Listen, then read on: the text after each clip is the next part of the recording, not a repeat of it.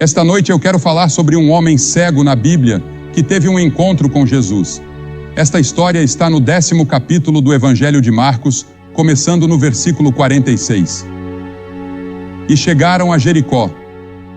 Quando Jesus saía de Jericó com seus discípulos e uma grande multidão, o cego Bartimeu, filho de Timeu, estava sentado à beira do caminho mendigando. E quando ouviu que era Jesus de Nazaré, começou a clamar e disse: Jesus, filho de Davi, tem misericórdia de mim. E muitos o repreenderam para que se calasse, mas ele clamava ainda mais alto: Filho de Davi, tem misericórdia de mim. Jesus parou e disse que o chamassem, e chamaram o cego, dizendo-lhe: Coragem, levanta-te, ele te chama.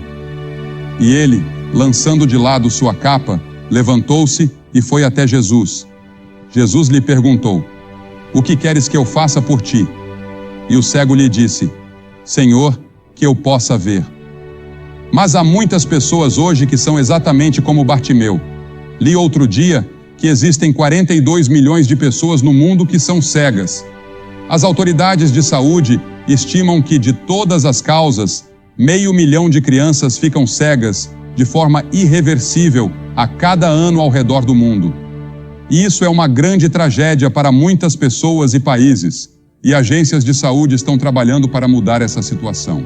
Entretanto, uma tragédia de proporção igual ou maior é a cegueira espiritual que as pessoas têm, porque a Bíblia diz que você possui 2 tipos de olhos. Você tem olhos físicos com os quais pode enxergar, e tem olhos espirituais. E você pode ver fisicamente, mas talvez não consiga ver espiritualmente. A cegueira espiritual afeta todos aqui. Há milhares de pessoas presentes esta noite que podem me ver aqui em cima, mas são cegas espiritualmente. E essa cegueira impede que você conheça verdadeiramente a Deus. Agora Bartimeu era um homem cego, e ele saiu do pequeno lugar onde passou a noite, sem esperança de que algum dia pudesse enxergar.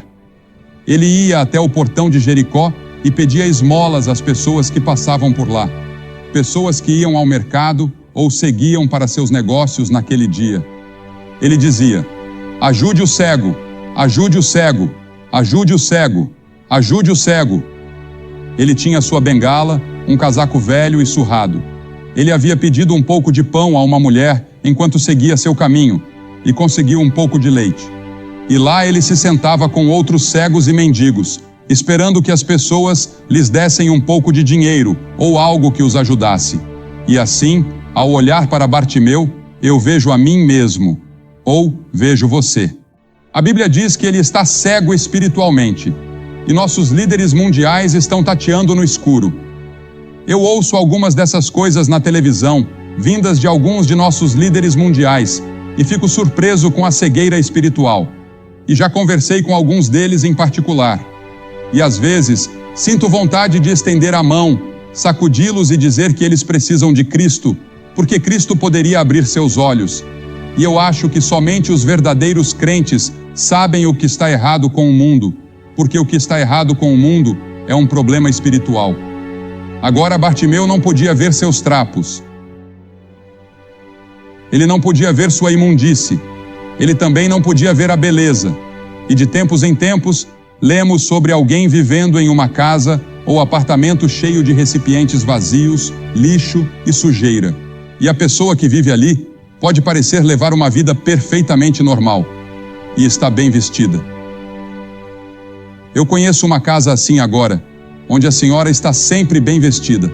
O marido é médico e eles são respeitáveis, são boas pessoas, e quando você os vê fora de casa, pensa que são o casal mais maravilhoso do mundo.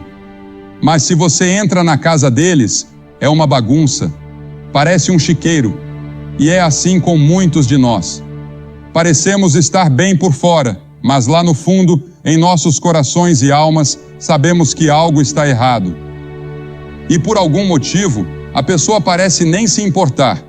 A Escritura diz: o homem natural, esse é o homem comum, o homem antes de conhecer a Cristo, não aceita as coisas do Espírito de Deus, pois para ele são loucura, e não pode entendê-las, porque elas se discernem espiritualmente. E parece tolice eu estar aqui e dizer que porque Jesus Cristo morreu em uma cruz há 2000 anos e ressuscitou dos mortos, isso pode impactar sua vida hoje e agora, dando-lhe a segurança, a paz e a alegria que você nunca conheceu antes, ajudando a resolver muitos dos problemas de relacionamento que você enfrenta e lhe dando um senso de responsabilidade pelo seu próximo. Mas é verdade, e algumas pessoas chamariam isso de loucura. A Bíblia diz que a proclamação do Evangelho é loucura para os que perecem. Veja, você está cego pelo Deus deste mundo. E quem é o Deus deste mundo? Jesus o chamou de diabo, o príncipe do poder do ar, o príncipe deste mundo. Há uma outra força no mundo, e essa outra força também tem poder sobrenatural. E essa outra força é o diabo. E há um conflito em andamento, o conflito das eras, entre as forças de Deus e as forças do diabo. Você pode perguntar, por que Deus permite isso? Essa é uma grande questão. É um mistério de onde o diabo veio. Agora, a Bíblia nos diz no capítulo 28 de Ezequiel e também no capítulo 14 de Isaías, onde temos uma pequena visão disso e encontramos outras imagens e vislumbres ao longo das Escrituras. Mas há um diabo. Agora, ele não governa no inferno. Ele nunca esteve no inferno. Ele está vivo. Ele se estabeleceu neste planeta. Agora, você pode chamar o mal do que quiser, mas todos sabemos que há mal no mundo, e todos sabemos que algo está errado, mas não sabemos exatamente o que. A Bíblia nos diz que por trás de tudo isso está o diabo. Você pode perguntar, mas por que Deus não mata o diabo e resolve tudo de uma vez? Bem, um dia Deus vai fazer exatamente isso. Ele não vai matá-lo, mas vai lançá-lo no lago de fogo. Mas esse dia ainda não chegou. Porém, o diabo já sofreu uma grande derrota. Houve uma grande vitória de Deus na cruz. A cruz parecia uma derrota para Deus, mas foi na verdade uma derrota para o diabo. E você e eu podemos participar da vitória que Cristo conquistou na cruz quando o conhecemos. Mas até lá, o Deus deste mundo cegou nossos olhos, então nossos olhos estão cegados sobrenaturalmente. E é por isso que apenas o Espírito Santo pode remover essas vendas que estão sobre seus olhos neste momento. Este homem não era apenas cego, ele também era pobre. E lemos sobre a pobreza no mundo hoje, e isso parte nossos corações. Muitos de nós estamos sofrendo esta noite de pobreza espiritual. Além de ser cego e pobre, ele também era indefeso. Bartimeu esperava morrer em sua cegueira. Ninguém poderia curar esse tipo de cegueira. Mas havia uma esperança para Bartimeu. Bartimeu tinha ouvido muitos rumores sobre esse estranho da Galileia, que andava pelo país, curando pessoas, ajudando pessoas e pregando para as pessoas. E ele ouviu a aproximação de uma grande multidão de pessoas. Seus ouvidos eram muito atentos, e ele conseguia ouvi-los. Ele ouvia as crianças, ouvia as pessoas conversando entre si, e ele perguntou, o que está acontecendo? O que está acontecendo? Ninguém lhe dizia. A multidão se aproximava cada vez mais, e ele agarrou a saia de um homem que passava por perto e disse, diga-me, quem está passando pela cidade? E esse estranho, cujo nome ninguém sabe, virou-se e disse, Jesus de Nazaré está passando. E Bartimeu pensou consigo mesmo, Jesus de Nazaré, eu já ouvi falar dele. Ouvi dizer que ele pode curar pessoas, que ele pode ajudar pessoas. Talvez ele possa me ajudar. Sabe, há apenas algumas vezes em nossas vidas em que Jesus de Nazaré passa por nós, e temos uma oportunidade como temos esta noite de recebê-lo. Veja, as pessoas têm orado no Espírito Santo, que tem trabalhado, e muitas pessoas já receberam Cristo. E que hora e que momento para você vir. Esse estranho lhe deu a mensagem. Jesus de Nazaré está passando.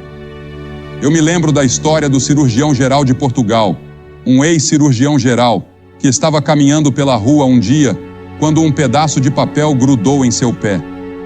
Ele foi para casa, tirou o papel do sapato e olhou para ele. Era um folheto evangelístico. Ele decidiu lê-lo e o leu.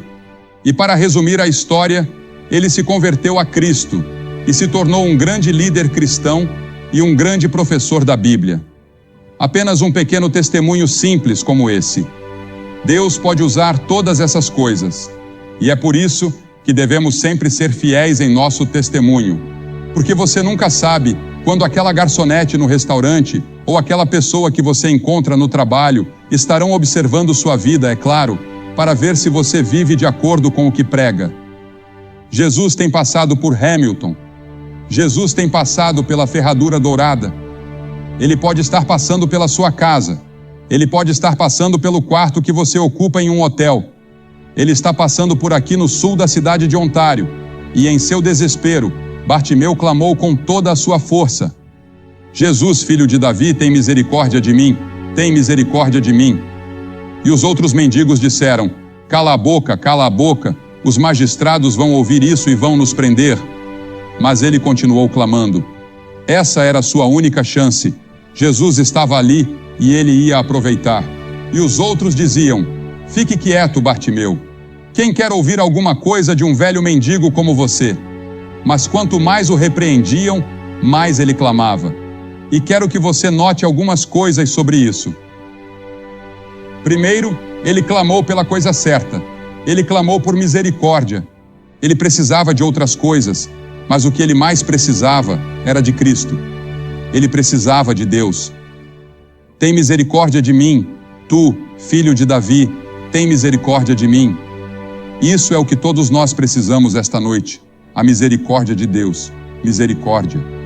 Quando eu estiver diante do tribunal de Cristo, não vou dizer: Senhor, eu quero justiça. Se eu receber justiça, vou acabar no inferno. Eu quero misericórdia. E Deus ofereceu sua misericórdia na cruz. E ele diz: eu vou te perdoar e te limpar de todo o pecado que você já cometeu. Você nunca terá que enfrentar o julgamento. Você nunca estará em perigo do inferno se entregar sua vida a Jesus Cristo. Então, primeiro de tudo, você tem que dizer: eu sou um pecador. Você tem que dizer isso a si mesmo e talvez a outras pessoas, assim como um alcoólatra. Antes de você poder ajudar um alcoólatra, ele precisa estar disposto a dizer: eu sou um alcoólatra, para que você possa ajudar. No vício em drogas, você tem que dizer: eu sou um viciado em drogas, preciso de ajuda.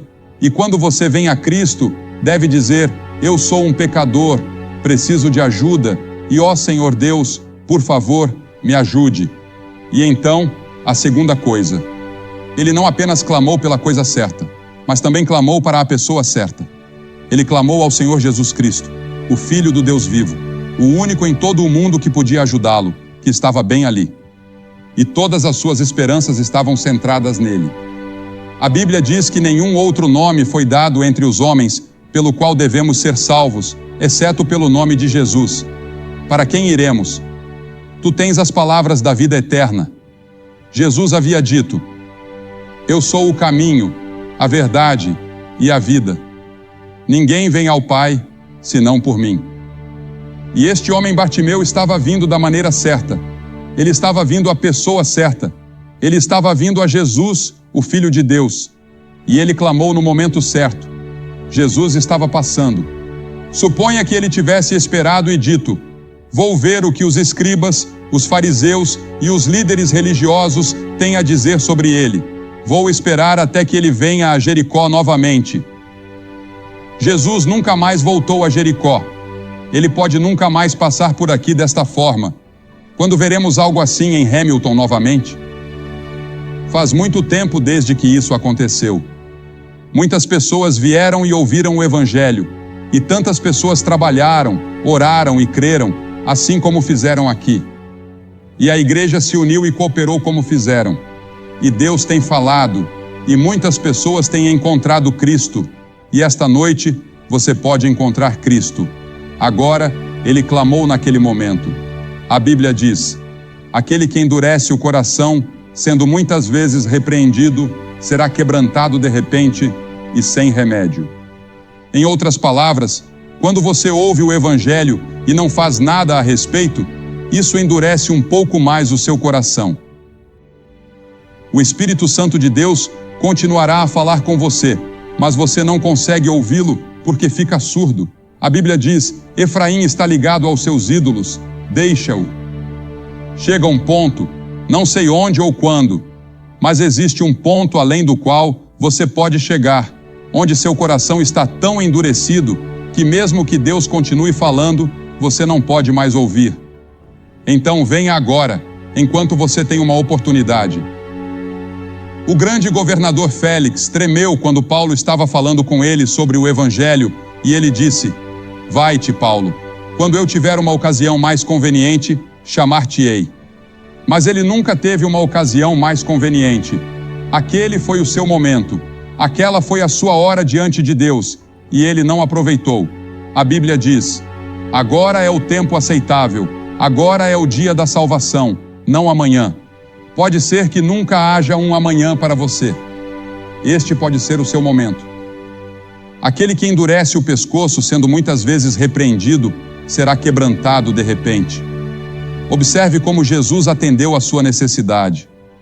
Havia uma grande multidão de pessoas, e hoje em dia pensamos em termos de grandes multidões. Há uma grande multidão aqui esta noite. Disseram-me que são 18.000 pessoas. E pensamos em termos de multidões, pensamos em encher nossas igrejas, em encher um auditório ou ter uma grande multidão em um jogo.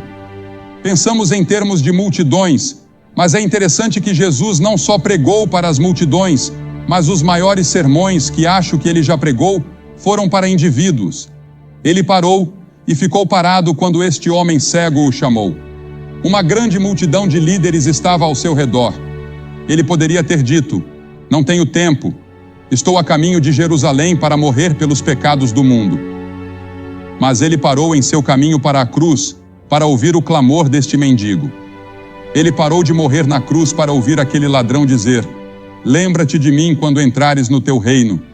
Ele parou quando uma mulher tocou em sua veste. E Jesus vai parar por você esta noite. Porque veja, ele vê você esta noite como se você fosse a única pessoa em todo o mundo. Ele não vê você como parte desta grande multidão. Ele vê você como você é. Ele conhece todos os seus pensamentos, todas as suas intenções e todas as lutas que estão acontecendo dentro de você. E a Bíblia diz que ele ama você e morreu por você.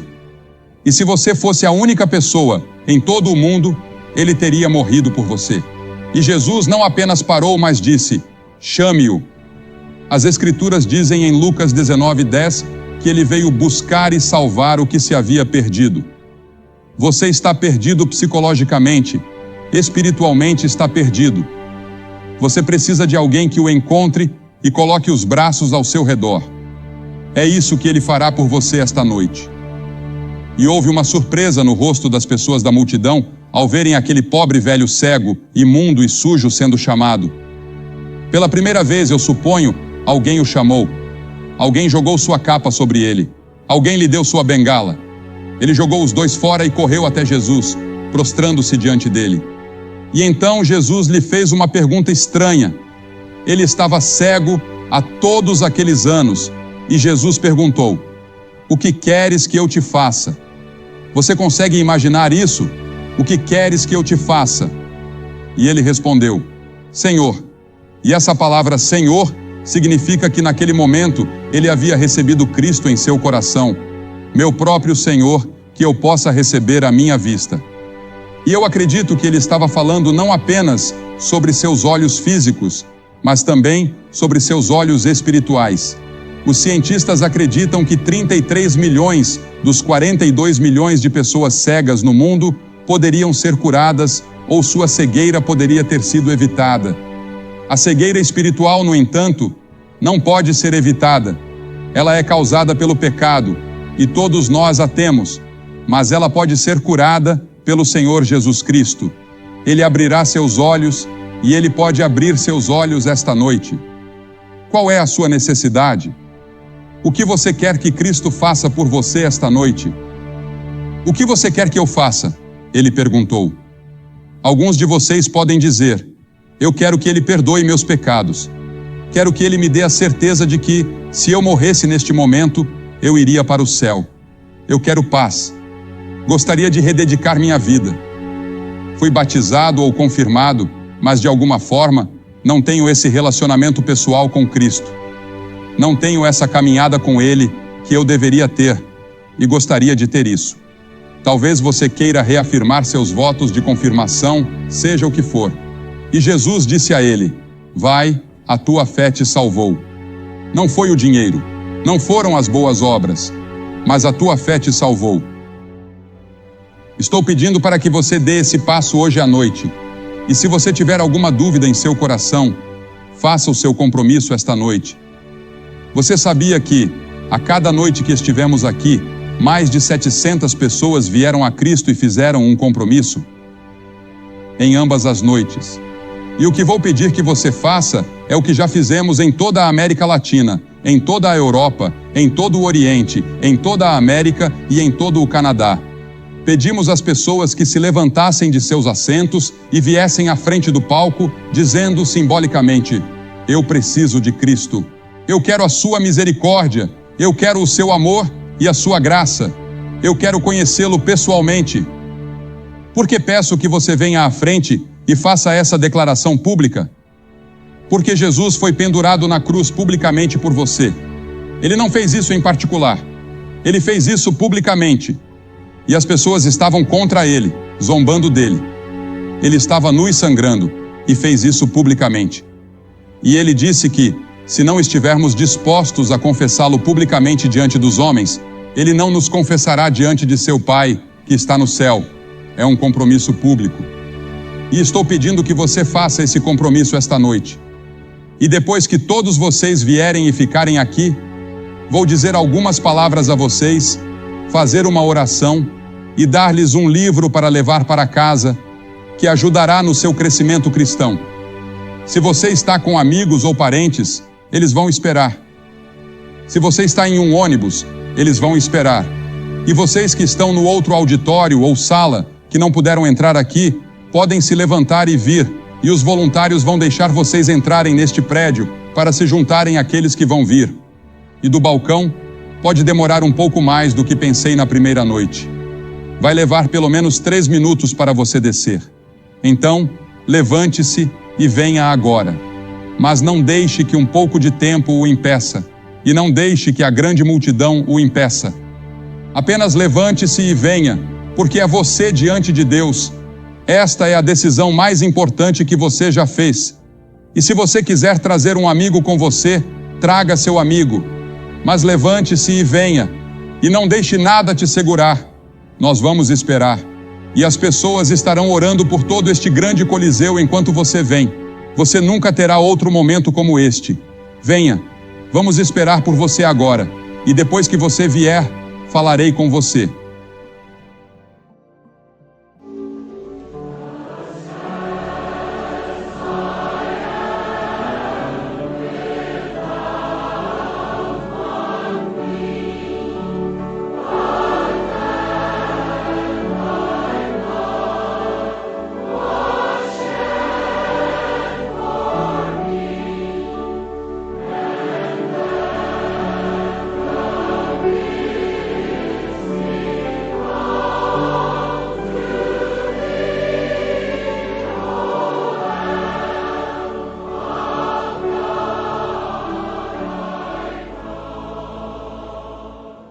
Você que está assistindo pela televisão, Deus tem falado poderosamente a centenas de pessoas, e centenas já vieram e ainda estão vindo. E você pode fazer esse compromisso onde quer que esteja e dizer sim a Jesus Cristo.